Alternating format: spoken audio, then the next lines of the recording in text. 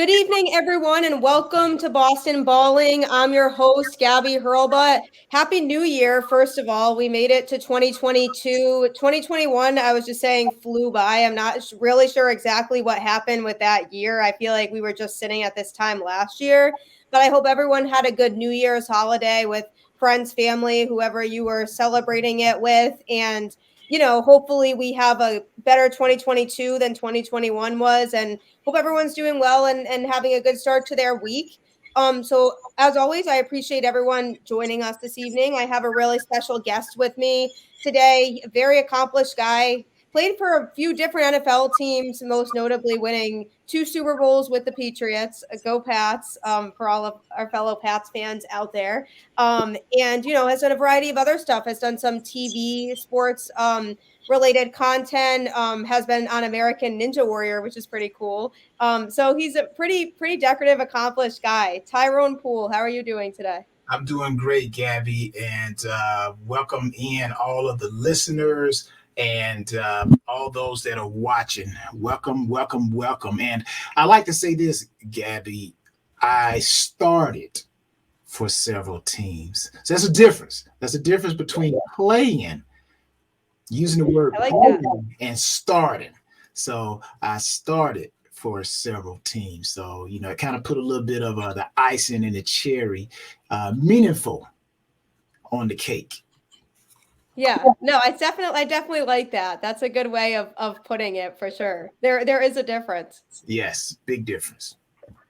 Yeah, but speaking of that, I kind of want to just start with talking a little bit about your journey and kind of how you really landed where you were.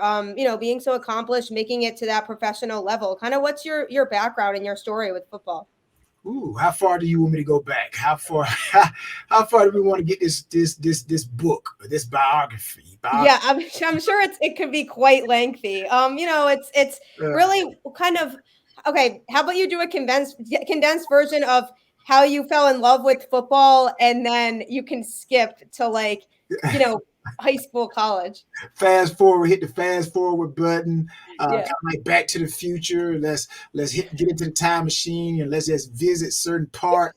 pretty Kind of, much. Yeah, yeah, certain parts that were like highlights. yeah, kind of like the Scrooge. Let's just actually jump in and visit here for a little bit, and then let's take off and visit another era of life. So yeah, um, Essentially. yeah. Actually, I'm from Georgia, LaGrange, Georgia. Born and raised. Uh, Sports was just an environment. It's an environment. There are a lot of people that have come from the city of LaGrange, Georgia, that have played professionally, not only just football. When you look at football, though, LaGrange is number two in the entire state. And football is real big down south, just like it is in Texas. It may be bigger in Texas. I think people would run over you with their truck in Texas. They don't win in high school football. Wow. But that's how, Wow. yeah, you guys have seen that movie Friday Night Lights. And that is, they say, is a true depiction of what football is like in Texas, high school football. Georgia, it's pretty much the same almost. But with that being said, LaGrange High School is the number two winningest high school in the state of Georgia. The only school that has more wins, people probably have heard this high school before, is Valdosta High School. They have won many national championships. They're number one, and we're number two all-time wins high school. So, but it started in the neighborhood. Just going against guys older, guys who much more skilled. So that's why I say I believe your environment will develop anything that you're trying to do. From there, graduated high school, went to Fort Valley State, actually quit football in high school. That's why a lot of people ask me, how in the world did you get to Fort Valley? Meaning they look at my talent and they say, hold on, you're supposed to be at a bigger program. How did you end up at Fort Valley State? Well, in my book is called Ultimate Success in the Game of Life. people can go to Tyrone Poole 38 Foundation. Now, Tyrone, that's my foundation. Come on, Tyrone. Tyrone Poole 38. TyronePoole38.com, and they can check out all the things I'm doing there, and they can get an autographed signed copy of the book sent to them. But in my book, I tell people how I got there, which I'll, because it's you, Gabby, it's your show, and I'm just so happy to be here. And all those listening and watching, I'm going to let you guys in on how I got to Fort Valley, right? So I quit football in high school, quit my senior year. Halfway during the season. So think about that. That lets people know you can mess up early.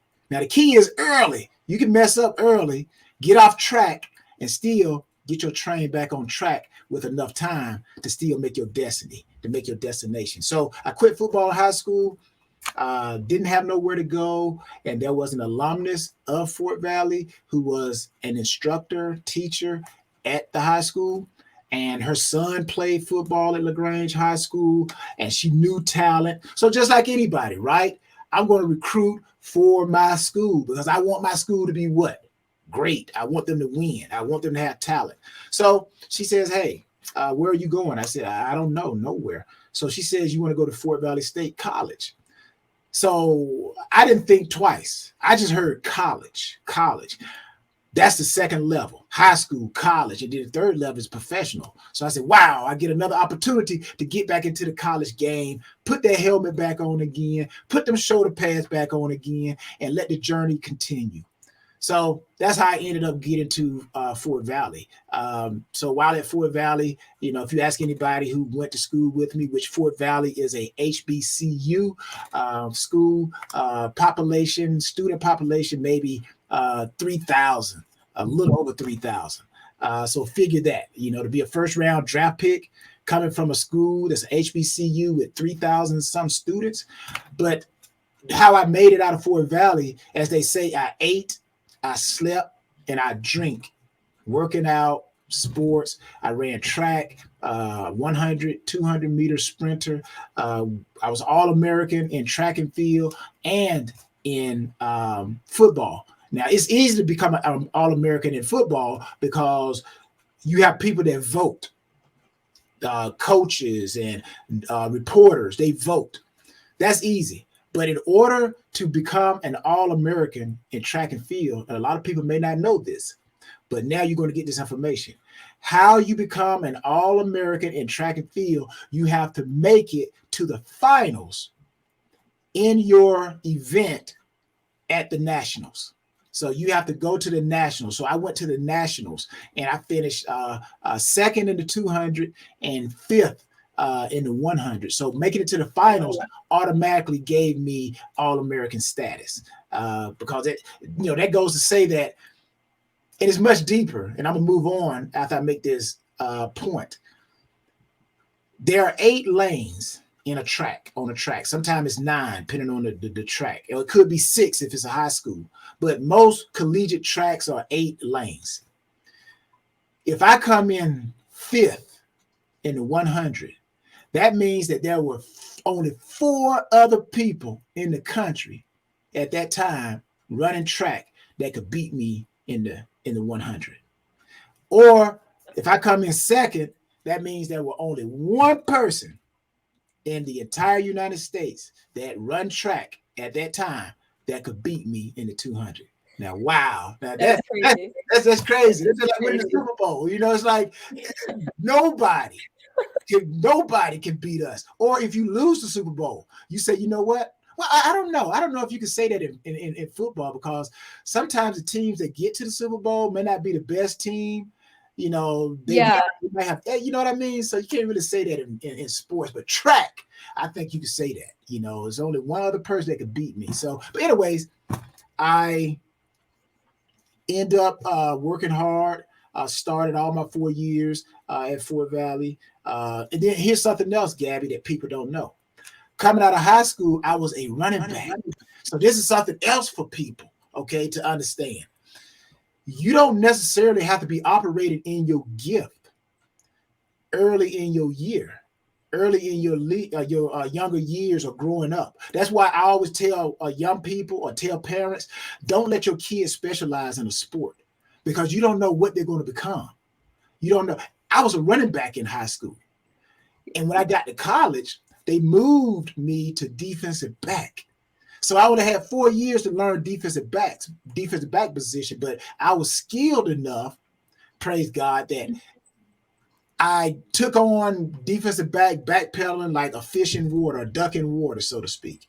And so then, like they say, the rest is history. So just imagine that. Never played defense my entire time growing up playing sports because they always put the best athlete on offense in high school. And I get to college, they say, hey, we're going to put you at corner. And then boom, I ended up playing 4 years and going into the NFL. Bam, there you go, 4 years.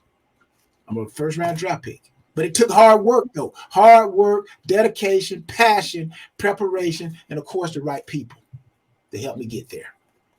Yeah, for sure. And obviously there were challenges along the way too, but being able to, push through those challenges because that's your end goal, and being able to have that mindset of, I can push through this and I can do it. And I feel like that's hard for people. Not everyone can do that.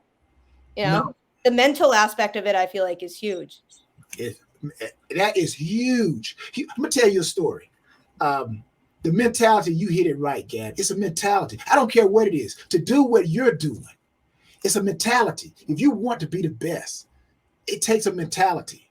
And the reason why, let me say it like this. The difference between an average athlete and a great athlete. The only difference, everything being equal, they got 2 legs, 2 arms, they, whatever, everything being equal. The only difference is that thing that sits 6 inches between your ears. That thought, the brain, how they process their abilities, what they can do, determines whether or not I'm going to dominate you or you're going to dominate me, or I'm going to be an A student or I'm going to be a C student. It's what you think about yourself. So the mentality, like you said, is crucial. So I love to tell the story about the lion. And I'll give a 2 minutes since we, I kind of play football. I'm gonna give everybody a 2 minute version of this. I'm not gonna do the 4 minute where we're trying to sit. I'm gonna give everybody the quickness of this story. I love to tell the lion story when it comes to the mentality. The lion is considered the king of the jungle. I'm pretty sure you've heard that, right? And everybody who's listening, they've heard that. If I say, what animal is considered the king of the jungle? Everybody gonna say the lion, okay? Why is it, though, that the lion, not the elephant, if it's about size, you would think the elephant or the hippopotamus would be the king of the jungle if it was about size? It's not about size. How about speed? If it's about speed, then the cheetah would be king of the jungle. Hey, you can't grab what you can't catch, right? So, but it's not about speed. If it's about smarts, how smart you are determines whether or not you're going to be king. No, that's not it. Because if that's the case, then they say the hyena is smarter than the lion. Maybe the snake is smarter than the lion. So you would think those animals. No. So if it's not intelligence, if it's not how big you are, if it's not how fast you are, then what is it? It's just like you said, Gab, it's the mentality. So when the lion comes around, the lion has the mentality, I ain't backing down for nobody. So when the lion comes up against the elephant, it looks at the elephant and it says, wow, I'm hungry. It don't see size. It don't see nothing. It sees the fact I'm hungry. I want something to eat. So it attacks the elephant based off of its mentality. Now, the elephant, on the other hand, is bound by its mentality. As big as it is, when it sees that lion come around, whoa, let me back up. Because the eater, I don't want to be eaten. So the eater is coming. Let me get out of it. So its mentality says, let me get out the way. So again, you hit it right, nailed it right on the head. It's the mentality, Gabby. If people change their mentality and just believe in yourself and have passion, I'm telling you, you would just be amazed at how you can go from being average, or should I say ordinary, to extraordinary. Yeah, I really like that. And that really applies to anything, even not sports, just anything you want to do. You have to have that mentality of I can do it, and you have to have the confidence because, not everybody around you is going to be able to have that type of confidence. So you need to be that person who's like, no, I can do this and I can make it happen for myself because nobody's going to do that for you. Yes. Yeah, you're spot on. So again, you got to have that mentality. Then you got to be careful. Now you got to be careful because there are people who don't have that self-esteem. A lot of self-esteem comes in that too. In order for me to believe in myself, to get that mentality, I got to believe in myself. That's called self-esteem. Now, most people who have low self-esteem, when they see someone come around who has that mentality, they call that person cocky. Oh, that person is so cocky. I don't. I said, woo, that person is so confident. I love it. I'm like, put it on me, rub it on me. Let me get some of it. Let me hang around that person, man. I'm like, I love it. But if you're not used to it, then it comes off as cockiness. Now, I do believe you got to manage that confidence. You can't let your confidence be to the point where you just pressing down on people and making people feel like they're nothing. Then no, that's not good. But if somebody asks me, hey, do you think you could beat me? No, I don't think you can. No, I got to tell this joke. Can I tell a joke? Yes, please. Okay, all right. This joke is about confidence, right? Okay, this guy walks into this bar, right? He walks into this bar, and he walks in, and he looks to the left, to the right. You know how we do when we walk in. We walk through the doors, and we try to scope the place out. So he notices a guy sitting at the bar looking at him. And the guy looked at him up and down, and then he wrote something on his paper. So the guy who walked in, didn't pay no attention, but he said, you know what, let me keep my eye on this guy. So he goes and he sits down, he orders whatever. He sits down, so he's watching this guy. So another person comes through the door. The guy at the bar did the exact same thing. He looked him up and down, and then he scribbled something on the paper. So he said, you know what, I'm going to see if he does this again. The guy at the bar did the very same thing. Someone walked through the door. He looked at him up and down, scribbled something on his paper. So the guy who was sitting down observing got up, walked up to the guy at the bar. He said, excuse me, sir. He says, I noticed that when I walked in, and not only when I walked in, but I saw you do it to other people that walked in. You looked at them up and down, and then you wrote something on your little pad right here. Now, I want to know what you wrote. So the guy looked at him again, up and down. He says, this is a list of all the people that I think I can beat. So the guy looked at it. He saw his name. He said, you know what? I don't think you could beat me. The guy at the bar says, well, I better erase your name then. Come on, right to Dangerfield. I get no respect. No respect. That is really funny, actually. They get confidence. One guy says, hey, I don't think you can beat me. That's my confidence talking. Then the other guy said, remember we talked about the elephant and the lion? The lion says, hey, I don't think you can beat me. The elephant says, okay, well, let me erase your name then. So, right to Dangerfield. I'll get no respect. It's such a funny story, though. But yeah, I mean, you heard it, everyone. It really is about confidence, and it's about having that mentality of you are going to make things happen and you can do it, Yeah, exactly. That's it. That's so funny. No, that's great though. I think that's really cool. What was it kind of like for you being a part of those two Super Bowl teams? Oh, wow. To be a part of a Super Bowl back to back, that's even tougher. Because that's every player's dream is to win a championship. Now, I've asked guys, I should say Super Bowl, because the championship could mean the NFC championship or the AFC championship. But the Super Bowl, when you ask majority of the guys, and I've only asked a couple guys this question, and I say to them, if you had an opportunity to win the Super Bowl, now this is for those who never won a Super Bowl, but they got a Hall of Fame induction. And I say, if you had a choice to win a Super Bowl or be in the Hall of Fame, which ring would you want? Because they get a ring for being in the Hall of Fame. And the ones that I asked, they said they would rather have a Super Bowl ring. Again, these are for those who have not won a championship. It's just something about winning that Super Bowl that says, you know what, man, this is what I strive for. I want to win a championship. Everything we do in life, we want to win. We want to be the best company at the end of the year. If they say, okay, here's a category for the best company, you want them to say, and number 2 runner up is such and such. And the best company of the year is boom. It's like, yes, that's it. So that's how the Super Bowl is. It's like you got all these teams, 32 teams, and the runner up is da da da. But to this year's Super Bowl champion is the New England Patriots. It's like, yes, that's me see all the confetti fall. But I'm like, really, it was an honor to play in that organization. Very, very smart organization. Mentality. You talk about the mentality. We had a team mentality, but still we had individual mentalities.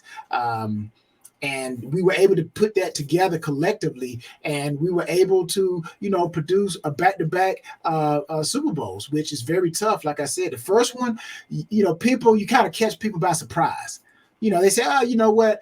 You guys did good, but we got something for you next year. Then next year comes, and they still can't stop you. So the reason why they can't stop you, and I love the Patriots organization, just like other organizations. I respect the Pittsburgh Steelers organization. Even though they're having a down year, I respect what they stand for. You look back from the 70s to the 80s, the 90s, they have an identity. It's easy to interpret what the Pittsburgh Steelers identity is. Same thing with New England. There's an identity. This team is like, if you can't do it the way we do it, then we're not going to have you here.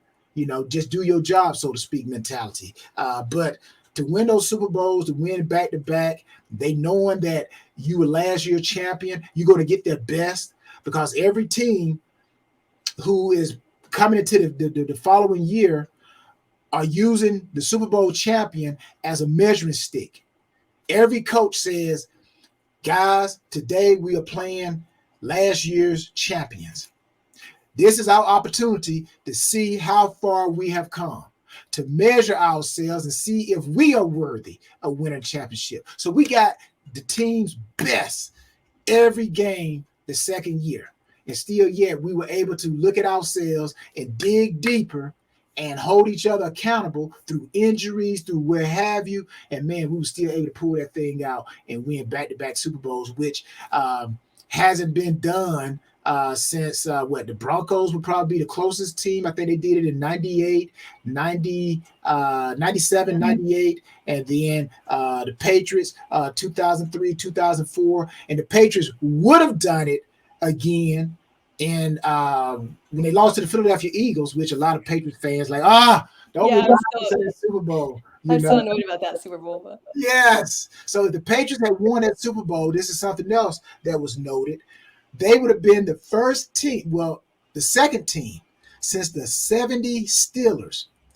They went back-to-back Super Bowls. So the Patriots had an opportunity to be the only team other than the Steelers back in the 70s to win back-to-back Super Bowls. I'm like, oh man, that was crazy. Yes. Yeah, no, that Super Bowl was definitely very disappointing. But yeah, I mean, little did we know what that was going to turn into for the Patriots. I mean, really, they won those 2 Super Bowls, and then look at all the success that they had after that. A solid almost 20-year run of just constant dominance and constant, success. So what do you think it is about the Patriots organization or Belichick's coaching or just the way that the organization is run that allowed them to be so successful for that long? It's a whole lot of things, but I like to use the word soot. The acronym SOOT, S-U-T, soot, to describe what I believe helps the Patriots win.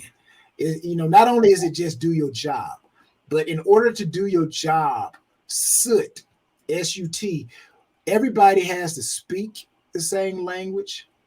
They have to understand the same way about what's happening. And then we have to think the same way during situations. So with that, I think that's the key to the Patriots, victory mentality. It's soot. Everybody who comes in, we got to speak the same language. When you see them do interviews, so to speak, they all speak in the same way, so to speak. Yeah, that is true. Yeah, it doesn't matter who gets up there. It's short, it's to the point, and boom, there you go. Bada bing, bada bang. That's it. That's the Belichick way too. He's always been like that too. So everybody kind of follows suit with that also, because he's always giving very short responses in his interviews and his press conferences. So it's just funny to watch everybody else do that too. Yeah, and it was funny when that reporter asked him, "What's your New Year's resolution?" After losing a big game against the Bills too, and losing first place in the division, and that's what she decides to ask. I know, right?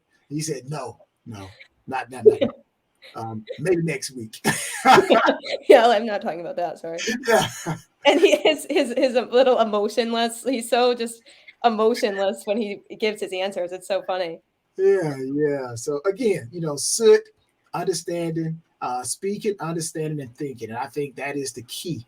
That is the key. And that's why you see a lot of guys who may still have prime or have tread left on their tires, still may be in their prime. The Patriots are not scared to release them. I think Randy Moss still has some tread on his tires. But again, when you start doing things that, whatever the case may be, that goes outside of that, just do your job, or as I call it, soot, speak, understand, think as we think, then, now, it's time to let you go. Because no one person is bigger than the machine. So that's my thoughts. Yeah, and I mean, it does seem like the players all kind of have an understanding of this is what the Patriots organization is about, and this is what it means to play for the Patriots. And they have an understanding going into the organization that's what the expectations are and how things are run, and just what the vision is for the Patriots. And everybody seems to be on that page when they, end up in a Patriots uniform. Yeah, exactly. And the other thing is, people would say, well, the Patriots not going to pay you. They're not going to pay you. They're not going to pay you. So I think they do a good job of managing the cap, but also I think it comes down to guys who say, unless you're a rookie, you're being drafted, or your second year, third year. But when it's a veteran, I think the Patriots say, just my opinion, you can either go there to another team and get paid, or you can come here and we can win a championship. If you're a 10-year veteran, you're hoping that you've made enough money, because within 10 years you should be on your third contract, so to speak. If you're 10 years, you got your rookie deal, which is probably about 4 or 5 years, and then you hit that big contract, which is maybe 4 years or whatever, 5 years. So that takes you about 9. So when you're in your 10, your double digit, you're probably working on your third contract. So your third contract is usually in the terms, that's the setup, that is the Von Voyage, that's the goodbye, contract, because we got enough money from our rookie year and that big second year contract. So this third contract, we just basically just try to get as much as we can. So I think the Patriots look for guys who are veterans that probably are in that situation. Hey, I've done great. I haven't won like I want to, but now I want to come here and help this team win a championship. Great coach, great owner. So let's see what we can do. Yeah, and with the, even with the younger players now who grew up watching the Patriots and that growth, and who are now, in the NFL or striving to be in the NFL, they probably saw all of that and see the Patriots as a winning organization. So they're like, wow, this would be a great place for me to play. Yeah. Exactly. And, obviously it was I feel grateful to have been able to watch that success for so long, and with Brady, and everything. Yeah. How much of the Patriots organization do you attribute to Brady's success? Do you think that he was in the organization that was perfect for him to be able to grow, or if he was elsewhere, do you think he would still be, as talented of a quarterback as he is now and putting up the career numbers that he's been putting up since he really started? I think it's a combination of the environment and the product. Brady is the product. The environment is the coaching staff. And that's the key. You always want to plant yourself in fertile ground that will help you grow. The ground does its part. The seed has everything in it to do it part. So what I'm saying is Brady had talent. And the one thing about him that really can't be measured, but people see it, is his passion for the game. And I think with that mentality, like we talked about, that is what he has. He's not the fastest. He's not going to run away from you now. No. He's not going to We win a will see 100-meter dash now. But his mentality, his passion will beat some of the fastest people, in this world. But I think it was a little bit of the organization, the way Josh McDaniels and Belichick and all the coaches that were there doing Brady's tenure, how they collectively came together and gave him a game plan, and then Brady went out there with his talent and maximized it. And now he has learned so much from that organization that anywhere he goes now, he knows the formula and he's going to plant it. So when he went to Tampa Bay, Bruce Arians, I was with Bruce when he was in Indianapolis, and I played for the Colts, of course, started for the Colts. And I was there when Bruce Arians was the quarterback coach for Peyton Manning. So I respect Bruce. Bruce is he's a fun guy. He's a fun guy. Even when he does his interviews and he's relaxed, he got his little Kango on and everything. He's just a cool, relaxed head coach. But even when Brady went to Tampa, he knew what he needed. He knew the formula for winning. I need such and such, such and such, such and such. Let's run these plays, these plays, these plays. So you can only do that when you have come from an environment that has shown you how to win. So I think Brady would make a great coach. I think he would make a great front office person because he's been in that environment. He knows what it takes to win on and off the field. Yeah, I've kind of wondered that myself too. If once he retires, whenever that may be, if he would consider going into coaching or some sort of role within an organization, because obviously, he's so dedicated to the game that I could totally see that, and I feel like he would be a really good addition to, like you said, a front office or even just on the coaching staff.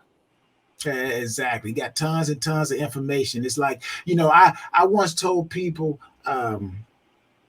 describing the number of snaps to kind of like put a little bit of when I say it's like back in the day, all those who are listening and watching, if you ever heard your parents or your grandmother or your grandfather, whoever cooks the best, and they prepare a meal and they say, I put my foot in it. I put my foot in it tonight. Y'all want to enjoy this food tonight. I put my foot in it. They're not literally saying they put their foot in it now. What they're saying is they gave it their best effort, and woo, you're going to be blown away by this meal today. So I just think, when I tell people the number of snaps that I have, again, I'm putting my foot in it. Just like with Brady, he's played a lot of snaps, more snaps than I have. But there are 60 snaps on an average in a football game. 55 to 60. You multiply 60, just for the round number, 60 times 10. We'll say 10 games. Okay. So in a year, you've had 600 snaps.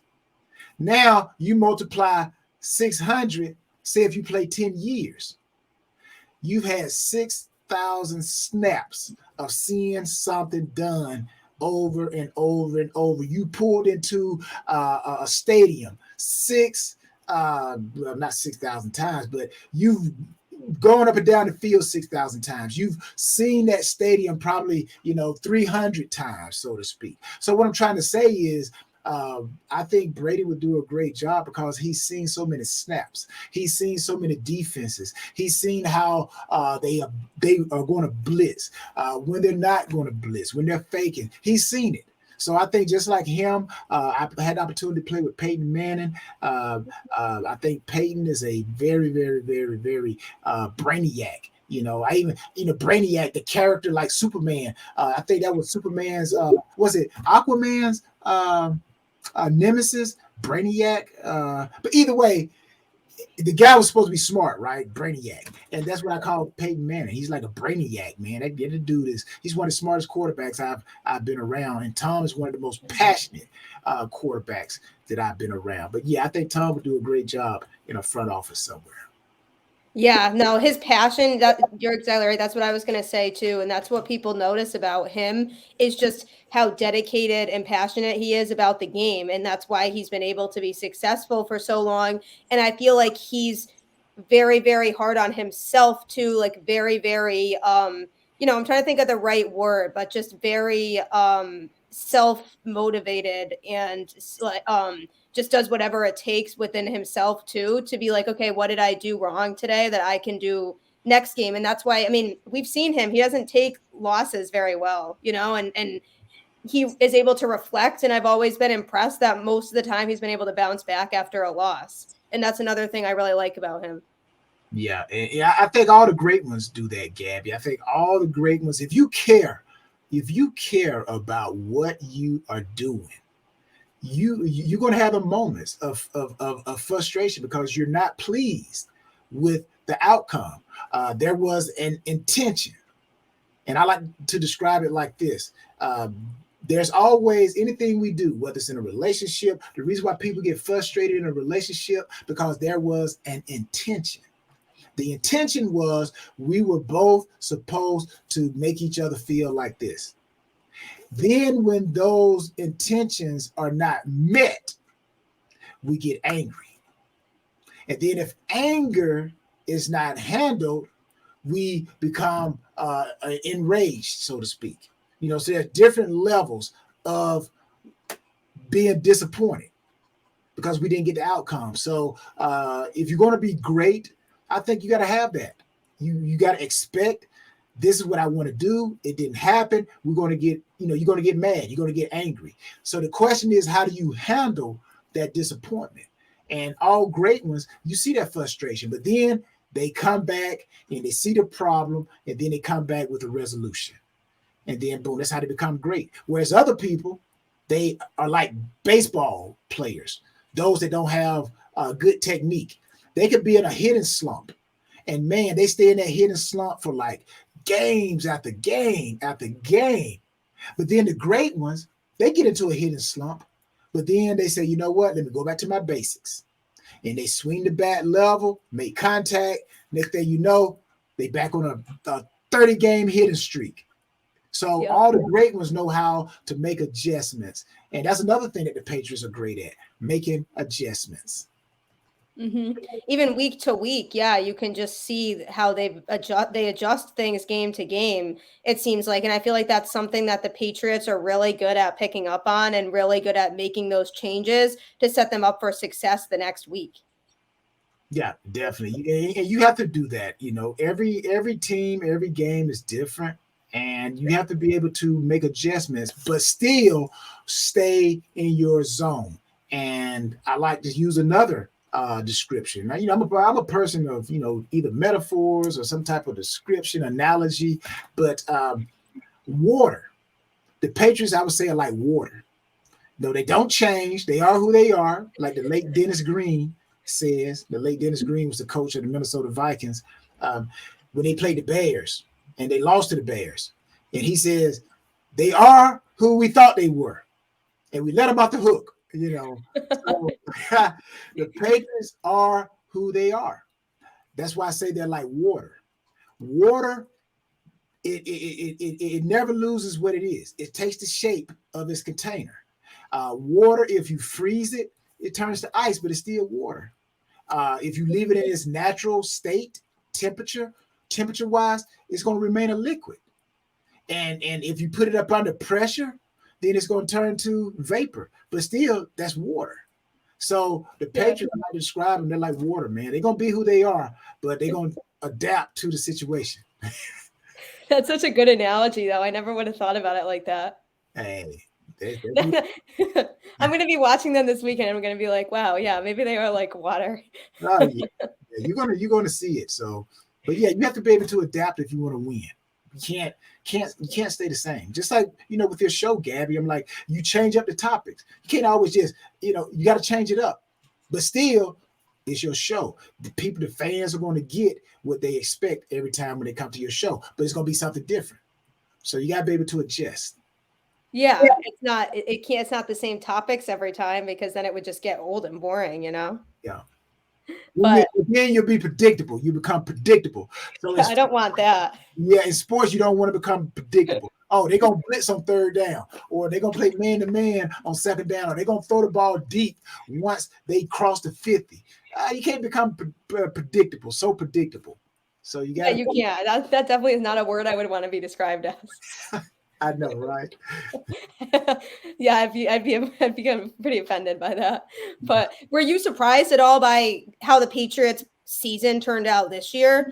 Because the expectations going into this season were not super high. I mean, they were not really expected to be a playoff team, and now they are a playoff team. So were you surprised at all by how they looked this season or what they put together? It's something that I think the Patriots fans have become accustomed to, winning. And sometimes when you have a down year, you don't expect that down year to last. Like I said about the Steelers, they have a culture in Pittsburgh.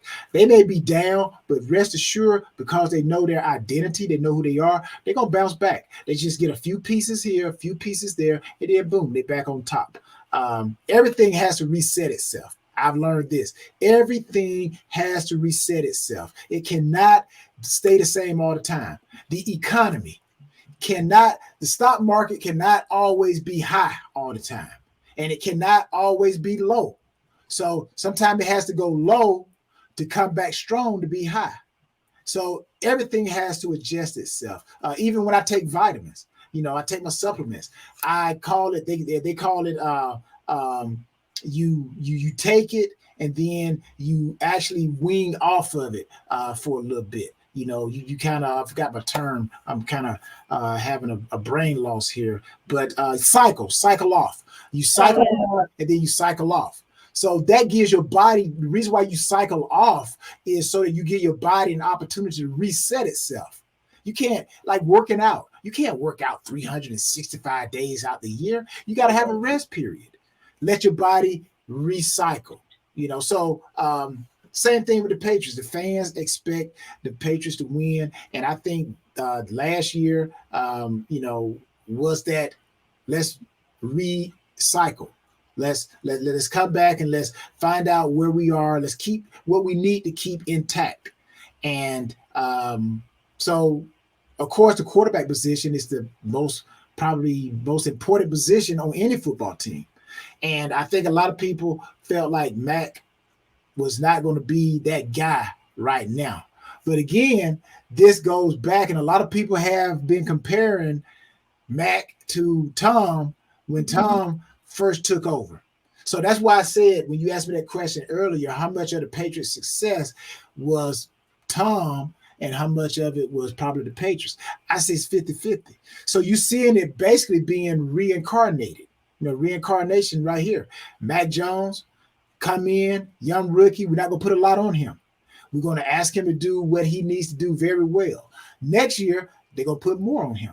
And then more. And I think if Mac can continue to stay healthy and he can continue to just learn, never be afraid to be a sophomore again. And what I mean by that is, every level requires you to learn.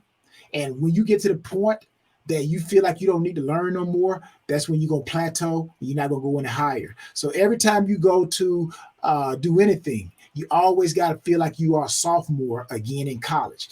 I'm just trying to learn. This is my second year on campus. I'm trying to learn where I'm going, So you always got to want to learn. And if you can keep that mentality, you always be great. So as long as Mac Jones can keep that mentality that he's every year, he's a sophomore. He has not made it. How can I get better? Then yes, I think he'll end up doing some great things as long as the Patriots are able to keep him under the salary cap.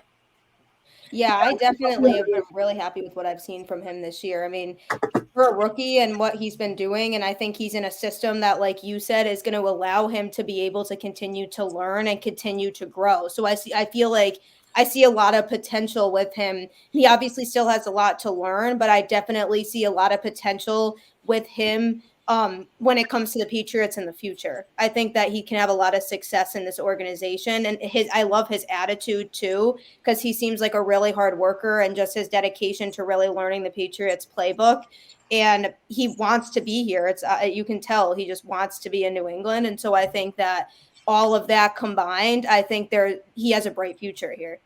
I definitely do. And as long as Belichick, and the key is going to be this: how long will Belichick stay in the organization? And then if he does decide to give up coaching, will he remain as a consultant? Because I feel like the teacher, and he's the teacher, and all of his students, Josh McDaniels or whoever, they are students. And I'm a firm believer that the student never knows as much as the teacher, because the teacher is only as good as the experience the teacher has been exposed to. And Belichick's been exposed to a lot of stuff, so he knows a lot. That's why I feel like the student is never as great or smart as the teacher. So I think the big question is going to be, when does Belichick decide to say, hey, guys, this is it. I'm done. And then when he hands the reins over, who does he give it to? And will they do the same? Which they can't, because there's not another Belichick. Would be another Belichick, just like there would never be another John Madden. So Yeah, I was going to you got to, if it's Josh McDaniels, then Josh, don't try to be Belichick. Be yourself, but understand the principles in which Belichick won his games, and operate from there. But don't try to be the same experience that Belichick was, because there's only one Bill Belichick. Yeah, there's only one Tom Brady. There's only one Bill Belichick. The list kind of goes on. John Madden, that's a great one too. That's really unfortunate. I mean, he made such an impact on the game of football, and just his presence it's just not going to be the same without him. Without him being around the game of football, he really was an icon when it came to the sport. Yeah, all the boom and bang, and you see, this is you got 300, 1,000 pounds, going to the left side, and he using the telestrator, drawing his circles and everything, and he got so many lines. It's like, you see, he runs over here, then he runs over here, then he goes back over there, and he touches this guy right here, and then he moves right there, and then bang, boom, all is thrown to him, and that's how they ran that play. So, hey, thank you, John. That's a lot. He always made it so fun. Yeah, he did. Made it real fun. Yeah, he just loved the game too. He loved being around the game. He loved making an impact on the game, and I feel like he was such a big part of the game today, and just his presence and his influence just impacted so many people. Yeah, and I think with John, even the All Madden team, I think the All Madden team, other than being All Pro, I think like All Pro, All Madden, and then the Pro Bowl. Honestly, I think I heard several interviews from well-known athletes, and I believe it when it was said some guys got mad when they didn't make the All Madden team, because if John Madden says, okay, this guy's good enough to be on my team for this year, then that means, man, you are a baller.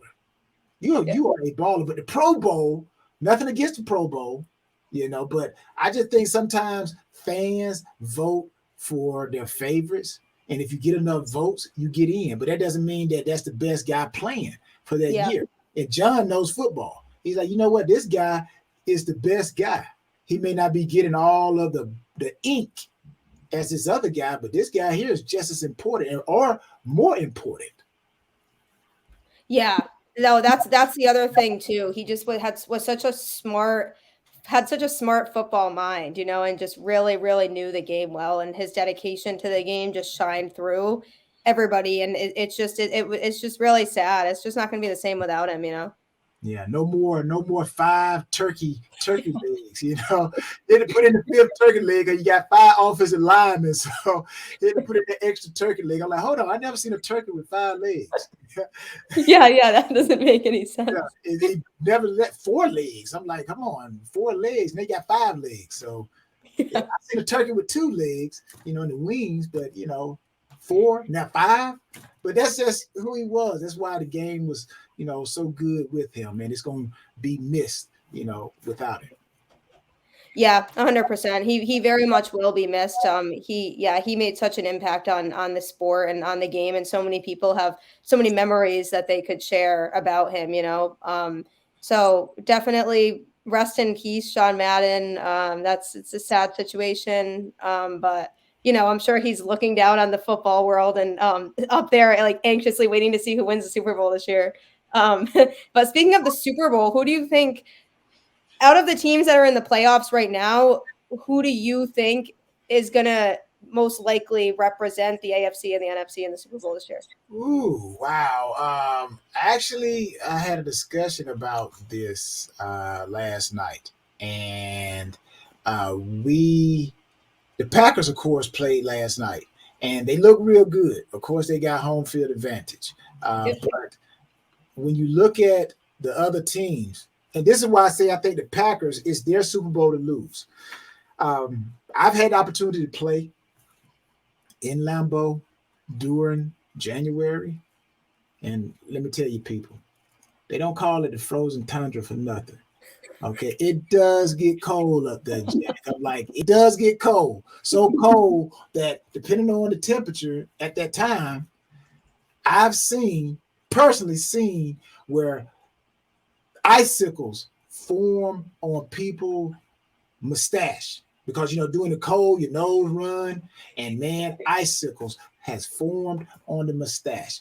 That's how cold it gets in Lambeau. So I say all that to say, when you look at teams that have to possibly visit there, number one, they're going to have a good running game, because I believe you run the ball in the playoffs to get to the Super Bowl. If you run the ball in the playoffs, you have a great opportunity to get to the Super Bowl. And once you get to the Super Bowl, it's now a balanced attack. You got to be able to run and throw. But when you look at the teams, you got the Rams, West Coast. Okay. You got Arizona, they're down south. All of the teams that are pretty much in the playoffs, other than the Eagles, which the Eagles, maybe the first round may be the farthest they get, but I think so too. Yeah, I don't think they're going to get to the NFC Championship game. But I don't think so either. Yeah, most of the teams are, in warm climate situations. You got to travel to Green Bay and play in that cold. Now, the team that I think could give Green Bay some trouble, the San Francisco 49ers. Now, the 49ers love to run the ball. They got that zone running game. And I think with that right there, could give them opportunity to knock the Packers off. Now, when you look at the Cardinals, Kingsbury, which, played with him in New England. But I think he wants to throw the ball.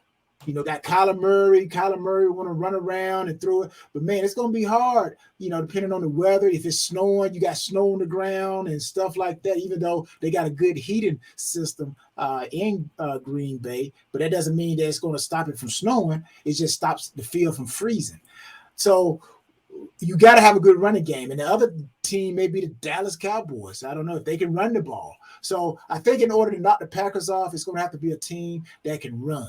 And right now, I probably say the 49ers, if everything being equal, if they can keep their health, they possibly could be that wild card. that team that could sneak up and find themselves in the NFC Championship game.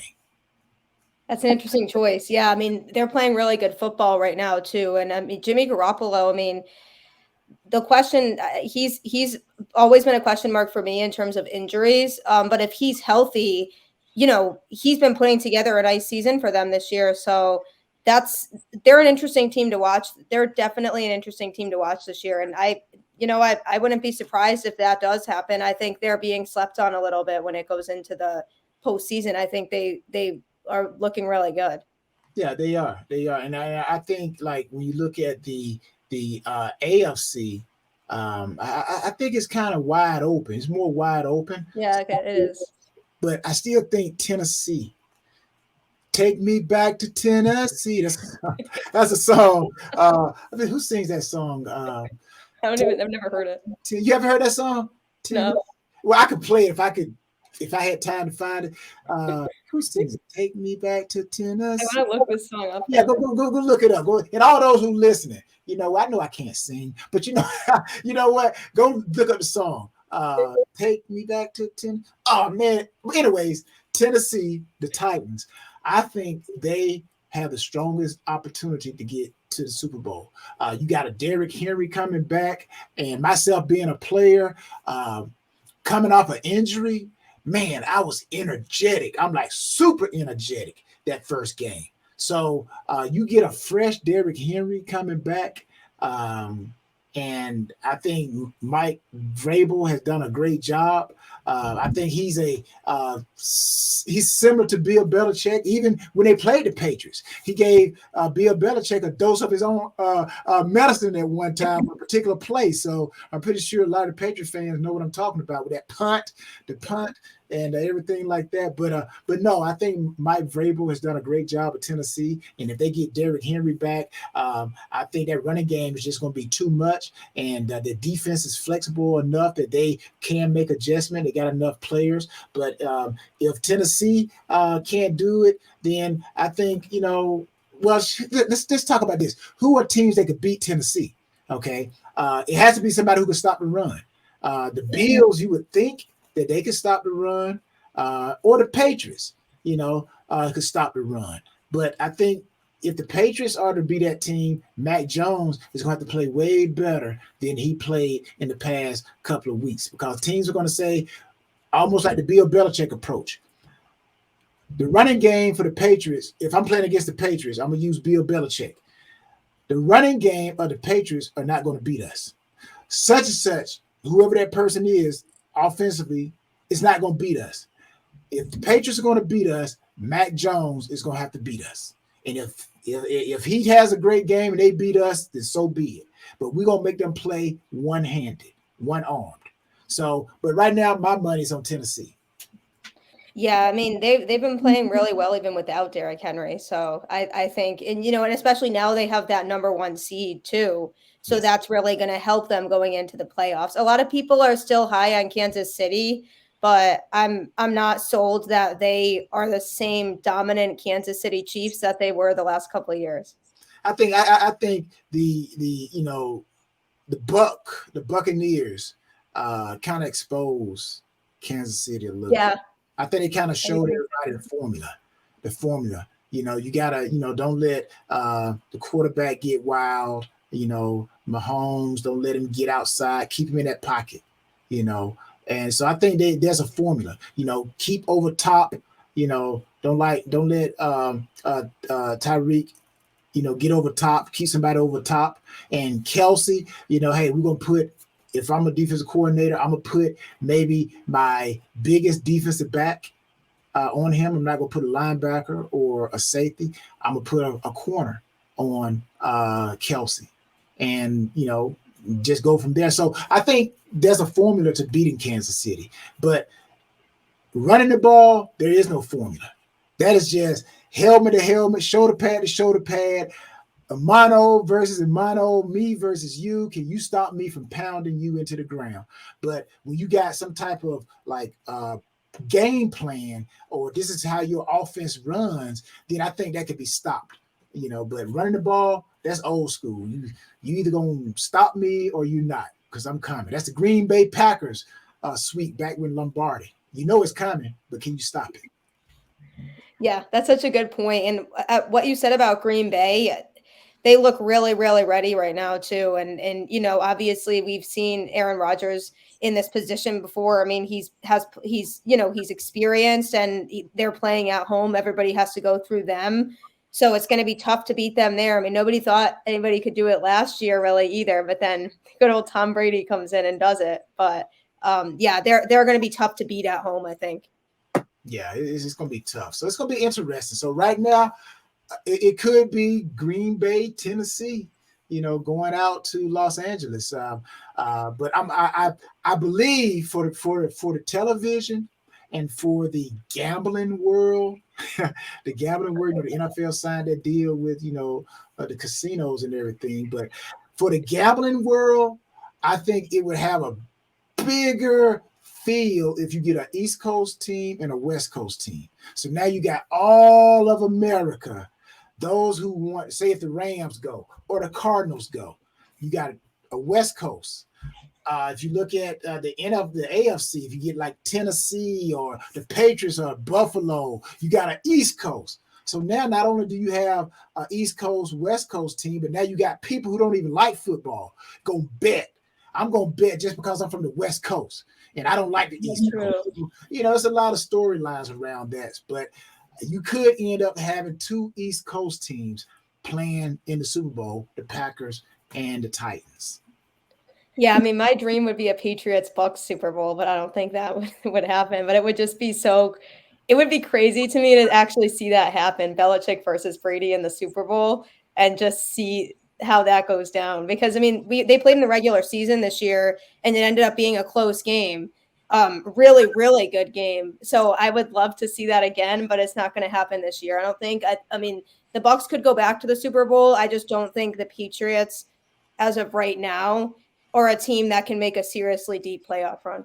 Yeah, and I think the Bucks, I know I said the Packers, the Cowboys, and the 49ers, but the Bucks also have a balanced attack. They can run the ball and throw the ball, so they are another viable team that could make it to the Super Bowl. So, between the Packers, the Bucks, and the 49ers are my sleeper. They're my sleeper. So that's what I'm going with. But in the AFC, I think I'm sticking with Tennessee. Well, you heard it here first, everyone. If you were thinking about putting your money on the Titans, you can feel pretty good about that decision now. Exactly. Go with Tennessee. Take me back to Tennessee. Go look up that song. I'm telling you, Take me back to Tennessee. Lauren. Is that what it's called? Lauryn Hill. I think she was part of the group. Sam Will I Am.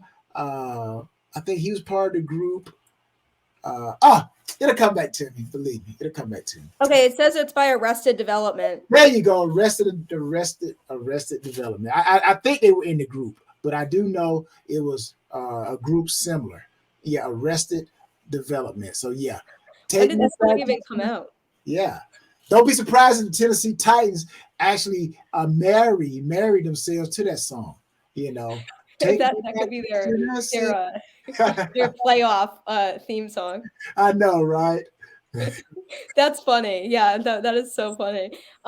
Yeah, no, but I definitely am excited to see how things play out with all this, because like you said, the AFC is wide open. Anything could really happen in the playoffs, as we know. So it's going to be fun to just kind of see how that all goes down. I'm just grateful that the Patriots even made it to the playoffs this year, because for me, they've exceeded expectations already for this season. And so I just am happy with the season they put together, even if they lose in the first round. Yeah, and that's why Belichick was upset after that Colts game, because that Colts game that was frustrating. They lost home field advantage and all that stuff. And it's really home field advantage really don't mean anything if in this day and age of football, unless, like I said, you are a Southern team or a warm climate team going to a Green Bay or coming up to a New England where it's going to be cold, and you can't reproduce cold when you're in a climate that is 60 degrees, 50 degrees at the minimum. And now you're going to play Green Bay. I think last night when they played, it was like 10 degrees, you know. Yeah, it was super cold. Yeah, so that's a big difference, believe me. Yeah, I mean, imagine being the Chargers and having to go to like Buffalo. You Yeah. know? Yeah, and we saw back in the day, remember with those historians when the San Diego Chargers, when they had Dan Fouts, and we're going to go back into the time machine here, but talking about cold weather. So all those who are listening, watching, who are football fanatics and old school people, when the San Diego Chargers, the old San Diego Chargers, went to play the Cincinnati Bengals, I think it was back in 81, but whoa, you talking about cold? Yes, and the Chargers, they love to throw the ball. The Air Coryell. Don Coryell was head coach. They called it Air Coryell. So they had Kellen Winslow, Dan Fouts, and Charlie, I think, Joyner, and, all those guys, and they just threw the ball. But when they went to Cincinnati and all that cold, that ball wasn't going nowhere, Jack. Yeah, no, the weather definitely does play a part. That's why, like you said, all those teams that have to go to Green Bay, I mean, that's going to be tough because they're not used to that type of climate, regularly. Yeah, so it's going to be tough. But hey, like they say, you settle it on the field. So we'll see. Anything can happen. Any given Sunday. That's what they call it. That's why I love football because, you could be the team that heavily is favored to win a game and should probably win that game, but you just could come out that day and have a bad game and not play as well as the other team. So that's why that's the cool thing about it is on any given Sunday, any team could come out and just play a better game than the other team. That's it, 100%. And all the guys are talented. They're all talented. That's the other thing. It's not like college football where you may have one or two, bright stars on the team. In the NFL, when they draft, every guy has an ability. The question is, when can they all come together to put together for that run? But they all have ability. Even the New York Jets, the Jets, Jets, they got ability. They just, can't put it together. Or the Detroit Lions, they got somebody on their team that can run a 4.2. They have somebody on their team that can squat 500 pounds, just like the Patriots. Got somebody who probably can run a 4.2, who can squat 500 pounds. But the difference is those teams that are losing, they're just not putting it together. Maybe it's the coaching, maybe it's the ownership. I don't know. But, it's a lot of pieces. But they do have talented teams, talented people. So, yeah, any given Sunday. Yeah, I love it. That's what I love about football and especially playoff football too. I think it's going to be a lot of fun this year. I'm really excited. Yeah, win or go home. Yep. Yep, it's that one game and if you don't play well then too bad. It's not like other sports where it's like a series, so if you have a bad game, you can make up for it the next game, There is no room for that. Yeah, and I don't like games that have series, to be honest with you. I understand, people may like it, other people may like it, but I don't, because I feel like, it's all about the money, so to speak. And back in the day, when you look at basketball, teams would go to the finals, and if it's a team that was a heavy underdog, like if the Bulls played a team back in the 90s, I'm like, they beat the team 4-0, or they beat them 4-1. They were more dominant. That's how it was. That's how everybody saw it. It was a mismatch. But now I feel like it's all about the money.